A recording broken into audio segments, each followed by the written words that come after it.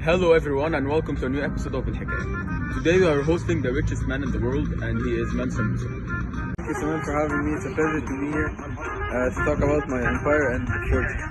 First of all, according to Forbes, your fortune is 419. As of 2019, how did you make this fortune? I made my fortune primarily from trading gold and salt, which we found abundantly in West Africa. So what are you going to do with your fortune, Mansa Musa? I'm planning to strengthen my empire's cultural centers and giving away gold and money to help other people and spreading Islam across the countries. What are your plans to strengthen education and religion all over your empire? I added important cities like Timbuktu, Djenné and Gao as trading cities. I wanted all Muslims to be able to read and write, so I sent scholars to Morocco to encourage the spread of Islam in West Africa.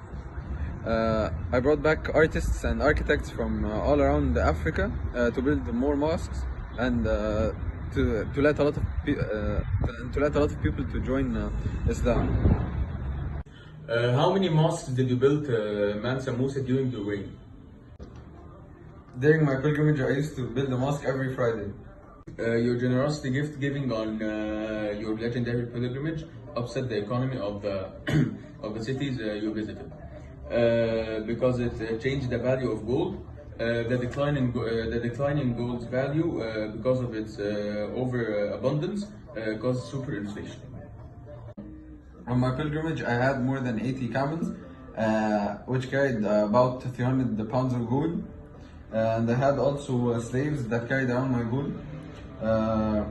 And I was very generous wherever I went. I had the 60,000 men traveling with me to the pilgrimage. And because of my generosity, I caused a lot of economic problems, which I didn't mean to cause. There's an important question that I wanted to ask. Have you stopped spending your money on giving gifts and building buildings like mosques and universities and schools? Spending didn't end. When I went back home, I had many more plans to do, like building my grand palace and educational centers and building even more mosques. Because I wanted to spread Islam all across my empire and all through West Africa until Mecca or Saudi Arabia. Mansa Musa, what challenges did you face while building your empire? I inherited my empire and didn't face any problems building it because my empire was very rich in salt and gold, and because my empire was built on a river, it made the trade very easy because I controlled the river flow. Here are some facts about Mansa Musa. Mansa Musa means King of Kings. He was the 10th ruler of the Empire of Mali. Mansa Musa's pilgrimage to Mecca was legendary. He carried immense wealth with him and spent it lavishly. Mansa Musa's extravagance caused inflation in the Mediterranean. Many famous structures were constructed during his reign. During Mansa Musa's reign, Timbuktu became a center of knowledge and trade. During his reign, Mali became one of the largest empires in the world. He was considered one of the greatest rulers of West Africa. Now we welcome one of the most greatest men in Africa, the one who saved Mali and Songhai from decline and affected the African trade. Welcome, Askia the Great. Thank you, Yasin. It's a pleasure to be here today. Tell me, Mohammed, why did you choose the title Askia beside your name? To be honest, I chose this title because it's a military rank that expresses power and strength. In fact, I feel it's a part of my personality. Let me ask you, what was your first move after your coronation in Songhai? I knew that my empire needed effective government, so I set up new 5 provinces within Songhai, and I also removed local leaders and appointed new governors who were loyal to me. What's your opinion on educational and spiritual matters in your empire? In fact, these matters were my first concern after crowning me as a king. I asked the engineers in my hall to build a lot of mosques all over the empire, universities, schools, and libraries to allow our young generation to gain more knowledge. I know that you have had a great empire, but unfortunately, this empire didn't last forever. Why do you think your empire declined? Right. Sadly, this empire didn't last a lot, but this happened because of the Moroccans who invaded us and they wanted to control the Saharan salt mines. But as we know, your empire, it had a professional army. Why did the Moroccans win this battle despite of your great army? The Moroccans were very clever people and they had superior military power. Also, they were able to take over Timbuktu and Gao. Askia the Great. What was the most important achievement during your reign? The building of school and universities because it had a great influence on Africa and people from all parts of West Africa. People came to study science, medicine, grammar, and law. Askia, how did you continue slave trade while knowing it was forbidden in Islam? Slave trade became an important part of the Songhai Empire.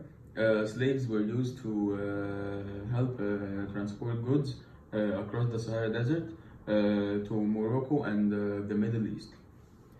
Slaves were also sold to Europeans to work in Europe and the Americas.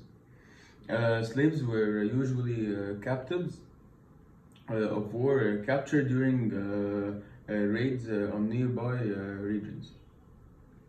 Askia, the audience had a very important question for you. How did the empire first begin? The Songhai Empire first came into power under the leadership of Sani Ali. Sani Ali was a prince of Songhai. He was being held as a political prisoner by the leader of Mali Empire, who ruled over Songhai. In 1464, Sani Ali escaped to the city of Gao and took control of the city. From the city of Gao, he established the Songhai Empire and he began to conquer nearby regions, including the important trading cities of Timbuktu and Dijon. Now, here are some facts about Askia the Great and his empire. Suni Ali became a legendary hero in Songhai folklore.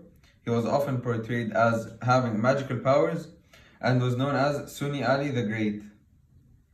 And if a prisoner of war had already converted to Islam before being captured, they couldn't be sold as a slave. Another fact is, a West African storyteller is called a griot. History was often passed down from generation to generation through the griots. The city of Timbuktu became an important city of trade and education during the Songhai Empire.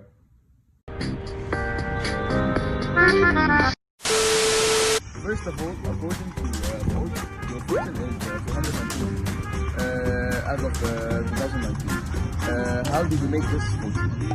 Musa. Musa, it's a pleasure.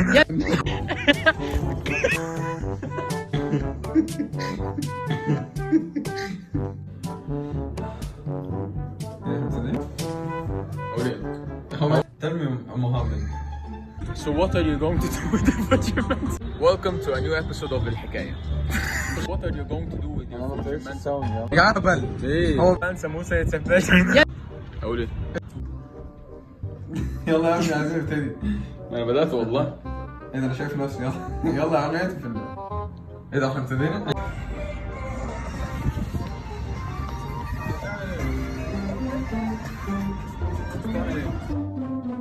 We love you مش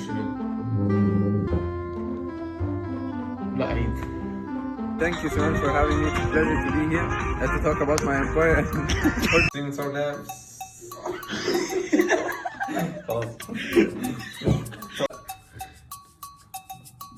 يا جدعان علي قوي الايديتنج ده اقسم بالله محمود.